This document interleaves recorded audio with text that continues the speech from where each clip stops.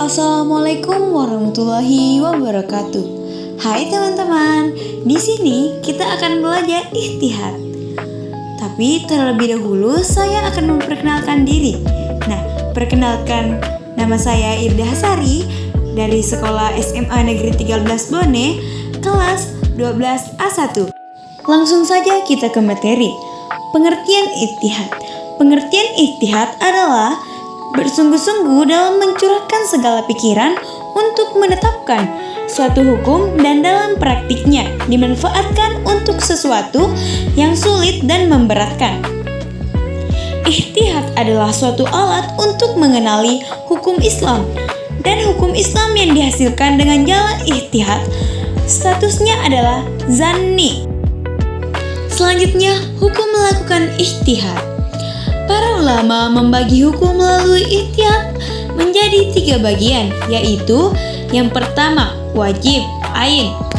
Bagi orang yang diminta fatwa hukum mengenai suatu peristiwa yang terjadi dan ia khawatirkan peristiwa itu akan lenyap tanpa adanya kepastian hukumnya, atau ia sendiri mengalami suatu peristiwa dan ia ingin mengetahui hukumnya. Yang kedua, wajib kifayah. Bagi orang yang diminta fatwa hukum yang dikhawatirkan lenyapnya peristiwa itu, sedangkan selain dia masih terdapat para mujtahid lainnya, maka apabila kesempatan mujtahid itu tidak ada yang melakukan ijtihad, maka semua berdosa. Tetapi bila ada seorang dan mereka memberikan fatwa hukum, maka gugurlah tuntutan ijtihad atas diri mereka. Yang terakhir, yang ketiga, sunnah. Apabila melakukan ijtihad mengenai masalah-masalah yang belum atau tidak terjadi. Kita lanjut, upaya ijtihad. Upaya ijtihad dapat dilihat dari fungsi ijtihad itu sendiri, yaitu yang pertama, fungsi al-rujuk, kembali, mengembalikan ajaran-ajaran Islam kepada Al-Quran dan Sunnah dari segala interpretasi yang mungkin kurang relevan. Yang kedua, fungsi al-til, kehidupan, menghidupkan kembali bagian-bagian dari nilai dan semangat Islam agar mampu menjawab tantangan zaman. Yang terakhir, yang ketiga, fungsi al-inabah, pembenahan, membenahi ajaran-ajaran Islam yang telah diijtihadkan oleh ulama terdahulu dan dimungkinkan adanya kesalahan menurut konteks, zaman, dan kondisi yang dihadapi. Adapun syarat-syarat mujtahid.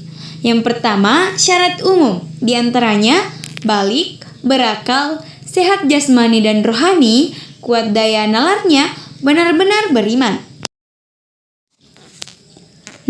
Yang kedua, syarat-syarat pokok, diantaranya memahami tentang Al-Quran, mengerti tentang sunnah, mengetahui ilmu dirayah hadis, mengetahui hadis yang naiks dan manuks, dan yang terakhir, mengetahui maksud-maksud hukum.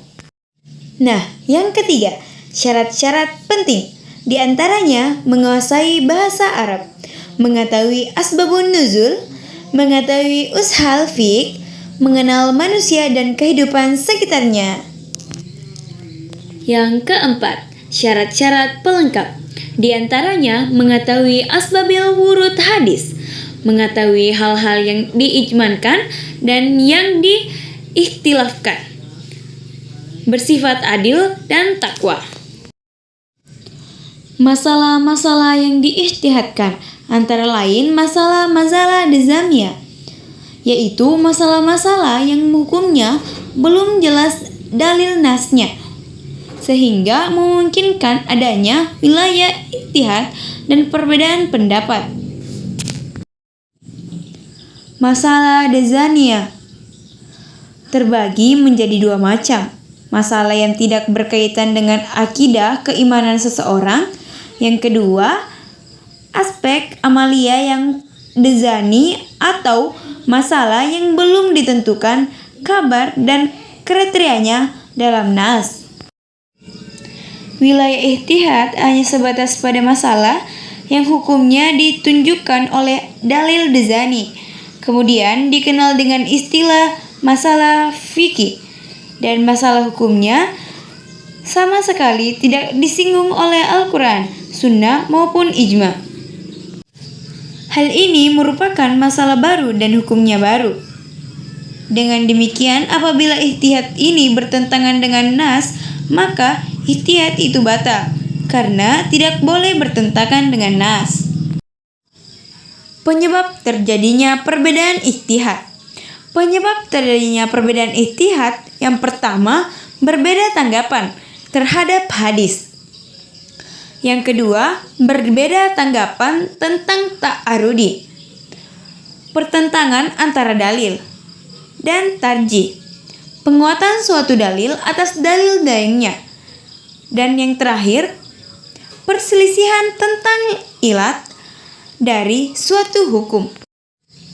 Bentuk-bentuk ijtihad. Yang pertama, ijma, qiyas, masalah-masalah, dan yang terakhir, urf. Itulah tadi materi ijtihad. Nah, dari materi itu dapat kita simpulkan ijtihad adalah usaha sungguh-sungguh yang dilakukan oleh seorang mujtahid untuk menetapkan hukum Islam terhadap suatu masalah yang belum jelas hukumnya berdasarkan Al-Quran dan Sunnah yang bersifat dzani, kemungkinan benar atau salah, dengan tujuan menjaga, mengembangkan, dan menyelesaikan ajaran Islam agar tetap relevan dengan pengembangan zaman, serta hanya dilakukan pada masalah yang belum memiliki ketentuan pasti, bukan qat'iyah, dan tidak boleh bertentangan dengan nas. Itulah tadi materi ijtihad. Terima kasih kepada teman-teman yang telah menonton. Saya akhiri dengan ucapan wabillahi taufiq wal hidayah. Wassalamualaikum warahmatullahi wabarakatuh. Bye guys.